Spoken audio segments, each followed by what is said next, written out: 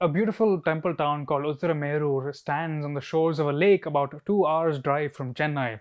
Like so many temple towns in Tamil Nadu, it's been continuously occupied for over a millennium and its medieval shrines are well worth a visit. But right at its center is a deceptively simple pillared hall on a raised plinth. In its inscriptions, bafflingly, we can see a medieval community dealing with the same questions that have dominated India's headlines over the past weeks. Who gets to vote? How should votes be counted? How should a society deal with electoral and financial fraud? And looming under them all, what do citizens truly owe to their community? When the inscriptions of Uttaramerur were discovered by epigraphist V. Venkaya in 1906, they set off a sensation. They revealed that 1200 years ago and possibly earlier, a royal figure called Uttarameru had settled Brahmin families there, creating what's called a Chaturvedi Mangalam, essentially an autonomous settlement ruled by the community. The Brahmins had organized themselves into a Sabha or a town council with smaller committees dedicated to the maintenance of reservoirs, gardens, and verifying the quality of gold. The Sabha met regularly at the Vaikuntha Perumal temple, which was originally a simple pillared hall, and conducted their business apparently with occasional oversight from the Chola dynasty. Amazingly, though, members of Uttaramerur Sabha were in a way elected. They served fixed terms, and precautions were taken to ensure that criminals couldn't stand for election.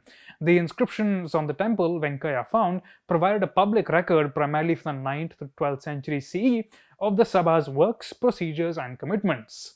Now, Venkaya and his contemporaries were thrilled. After all, nationalist and democratic sentiment were on the rise in the early 20th century, and this seemed to be proof of an ancient, enlightened Hindu village democracy which must have been present across the subcontinent. But in the decades after, Uttaramerur's inscriptions received substantial reassessment. It turned out that Uttaramerur wasn't exactly a democracy, but something altogether more unique. In Uttaramerur Legend's Histoire Monument, historians Francois Gros and R. Nagaswamy pointed out that Uttaramerur was both more and less unique than expected. It was an important town in the Tondainadu region, which is roughly northern Tamil Nadu, where many affairs were handled by social or occupational collectives. But it was unique in just how much autonomy the Sabha had and how much business they actually handled. As such, it might not really offer that much insight into how all South Indian villages work. Nor was this town a utopia. Its infrastructure and resources, from land to healthcare, education, and drinking water, were dominated by Brahmins. They had been settled most likely by royal decree upon a large community of cultivators, and the Brahmin Sabha were the preeminent landowners from the 9th to the 12th century CE, which is a long time. Even though the cultivators had their own assembly, the Ur, the Sabha spoke for them in property matters. But the Sabha was not omnipotent. It was bound by its relationships and obligations to other institutions, which could be Vedic schools, temple administrations, devotee groups, private donors and investors, and the occasional king or aristocrat. And while the Sabha did try to follow the injunctions of the Dharma Shastras, it could also be pretty pragmatic. By the 13th century, the center of gravity of Uttaramerur shifted away from the Sabha towards the temple of Tiruppulivanam, where the Vellala cultivator caste had much more of a say. Now, even with all these caveats, it's hard not to be impressed with Uttaramerur Sabha. Here are a few examples from K. Nilakanta Shastri's studies in Chola history and administration. They handled the affairs of at least 6 separate temples across multiple villages. This included lighting, flowers, offerings, and assigning qualified specialists for music, rituals, etc. etc. They administered land acquisition, rentals, endowments, and levied fines on other castes. They ensured the regular dredging and strengthening of the bunds of adjacent streams and reservoirs, and they were trustees for gold, animals, and lands. They appointed Brahmin teachers and students to their exclusive schools.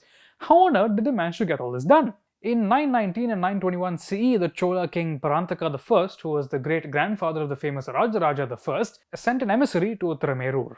In the emissary's presence, the Sabha commissioned 2 inscriptions, literally setting into stone electoral procedures that they had been following for some time. So this is the basic procedure as inscribed in 1919. Uttaramerur town, we are told, was divided into 30 wards and 12 streets. The people of all the wards, and it's not clear what they meant by the people. Did they mean both genders? Did they mean children as well?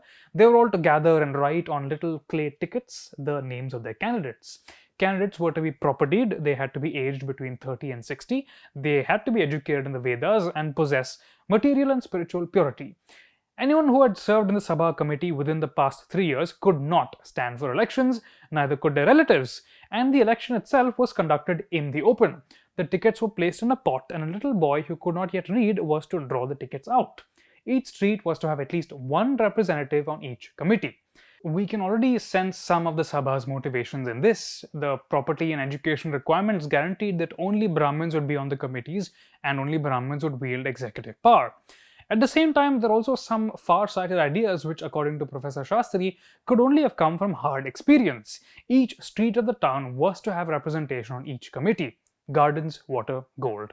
Since terms only lasted for a year, this meant that almost all adult men would serve on some or the other committee during their lifetimes, which meant essentially that citizens directly participated in their own governance. The people were expected to judge their candidates not just for property and qualification, but also for their character. But nepotism seems to have been a concern, as was the objectivity of the election process. That's why the drawing of the ballots was done by a child, and why executives' relatives were banned from being elected. By 921 CE, the Sabha issued a much more detailed procedure, which seems to have been aimed at increasing the community's trust in the electoral process. The property requirement was lowered, provided the candidate was educated in at least one Veda, so most likely a Brahmin still. Anyone who had failed to show accounts for their previous service was disbarred. Anyone who was violent, who forged documents, who associated with sinners, who stole others' property, who committed incest, or partook of any forbidden dish was also permanently disbarred. And when the results were announced, all community members, young and old, were to gather. An elderly temple priest was to display the pot to all, and once the little boy had drawn a ticket, it was to be handed to an arbitrator who must receive it in the palm of his hand with his 5 fingers spread out. So within 2 years, the Sabha had taken additional steps to ensure that their executives were beyond reproach. Citizens now witnessed every step of the election, which was infused with religious sanctity. And the arbitrator's actions were also shown to be above suspicion. Once this new procedure was announced, there's no evidence that it was ever updated after that. So it's possible that the people of Uttaramerur were satisfied that their elections were finally fair and objective. Now, we'll never know exactly how or why Uttaramerur Sabha arrived at these electoral procedures. Their ideas certainly reflect their times, particularly of caste purity as a prerequisite to power, but they still had principles that we seem to have lost in the power-hungry electoral politics of the 21st century. It seems that unlike certain contemporary institutions, this medieval town assembly cared to ensure public trust in the electoral process and demanded accountability from its executives. They tried to keep nepotism and crime away from power, and they tried to ensure that there wasn't a hierarchy between those who ruled and those who voted. These features don't automatically appear in democratic systems. They are learned and enforced at a dear price. We don't know what price Uttaramerur must have paid, but we can see the price that the Republic of India continues to pay. If you have questions or comments, we'd love to hear them. Follow us everywhere on social media. You can find me on Instagram at Anabuddha and on Twitter at Ekanisati. We'll see you next week.